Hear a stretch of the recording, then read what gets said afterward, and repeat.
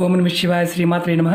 మిత్రులకి శ్రీభిలాషులకి అలాగే నన్ను ఇంతగా ఆదరిస్తున్న యూట్యూబ్ ప్రేక్షకులందరికీ కూడా పేరు పేరు ధన్యవాదాలు. మిత్రులరా, మీ అందరికీ పరాదేవత ఎలవెలలా మీతో ఉండి మీ మనోవాంఛ నెరవేర్చాలని మనస్ఫూర్తిగా కోరుకుంటున్నాను. మీ అందరికీ కూడా విజయదశమి శుభాకాంక్షలు. చాలామంది మిత్రులు, గురువుగారు, మాకు కష్టాలు, ఆర్థిక నష్టాలు, కుటుంబపరంగా శత్రువులు, ఇలా ఒకటిని కాదు అన్ని రకాల సమస్యలతో బాధపడుతున్నాం.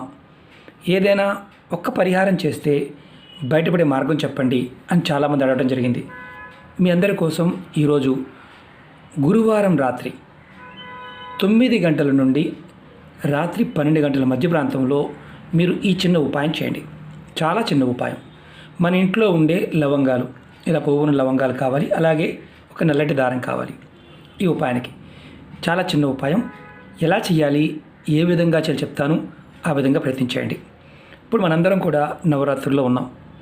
మనం ఇంట్లో అమ్మవారిని కొంతమంది ప్రతిష్ఠ చేసుకొని అఖండ దీపం వెలిగిస్తూ ఉంటారు. అలాగే మనం ఈ 9 రోజులు కూడా చాలా నియమనిష్టలతో, నిబంధనతో పూజ చేస్తూ ఉంటాం. ఎవరికైతే అత్యధిక కష్టాలు కుటుంబ పరంగా, ఆర్థిక పరంగా, మానసిక పరంగా, ఉద్యోగపరంగా, భార్యాభర్తల మధ్య సంబంధాలు, పిల్లలు తల్లిదండ్రుల మధ్య సంబంధాలు, చాలామంది తల్లిదండ్రులు మా పిల్లలు సెటిల్ అవ్వలేదండి గురువుగారు, చాలా ఇబ్బంది పడుతున్నారు, వాళ్ళ గురించి మేము ఏదైనా వీడియో చేయవచ్చా, ఏదైనా ఉపాయం చేయవచ్చా, చాలామంది అడిగారు. ఈ ఉపాయం తల్లులు పిల్లల కోసం కూడా చేయవచ్చు. అది చాలా శక్తివంతమైంది. మీ మనసులో ఉన్న కోరికలు, అంటే మనసులో మీరు ఏదైతే కోరికతో ఉంటారో ఆ కోరిక అమ్మవారు నెరవేరుస్తుంది. ఎలా చేయాలి, ఏ విధంగా చేయాలి చెప్తాను, ఆ విధంగా ప్రయత్నించండి. అలాగే మీకు ఈ వీడియో నచ్చినట్లయితే లైక్ చేయండి, ఛానల్ని సబ్స్క్రైబ్ చేసుకోండి, పక్కనే ఉన్న గంట సింబల్ని యాక్టివేట్ చేసుకోండి, 10 మంది మిత్రులకి షేర్ చేయండి. అలాగే ఈ ఉపాయానికి కావాల్సింది నల్లటి దారం. మామూలుగా ఈ దారమైనా పర్వాలేదు, మొలదారమైనా, సిల్క్ దారమైనా ఇలాంటిదని పర్వాలేదు, నల్లటిది మాత్రమే వాడాలి, చాలా ఇంపార్టెంట్.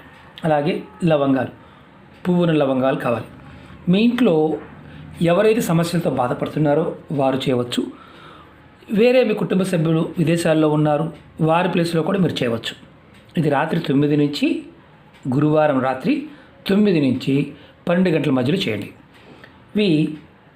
మీ వయసు, అంటే ఉదాహరణకి మీ వయసు 50 సంవత్సరాలు అనుకోండి, 50 లవంగాలు తీసుకోండి.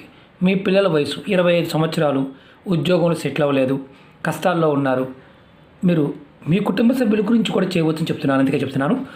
అన్ని లవంగాలు తీసుకోండి, ఒక ప్లేట్లో పెట్టుకోండి.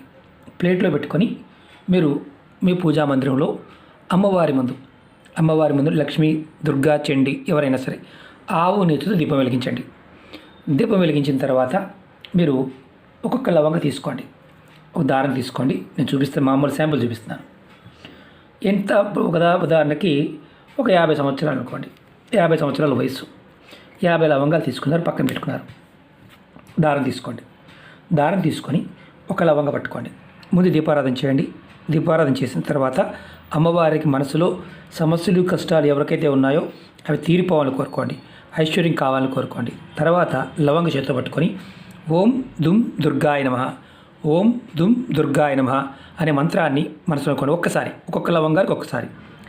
మీ వయసు 50 సంవత్సరాలు అయితే 50 లవంగాలు. ఇప్పుడు ఇక్కడ ఒక అనుమానం ఉంటుంది. ఇప్పుడు ఏం చేయాలి, ఇది మాలగా కట్టాలి. మంత్రం అనుకోవడం, దారంతో మాలగా కట్టడం. మనం పూలు కడతాం కదా, అలా ఒక్కొక్క లవంగాన్ని 50 లవంగాలు అంటే 50 లవంగాలు కట్టండి. కట్టిన తర్వాత ఇది పక్కన పెట్టుకోండి.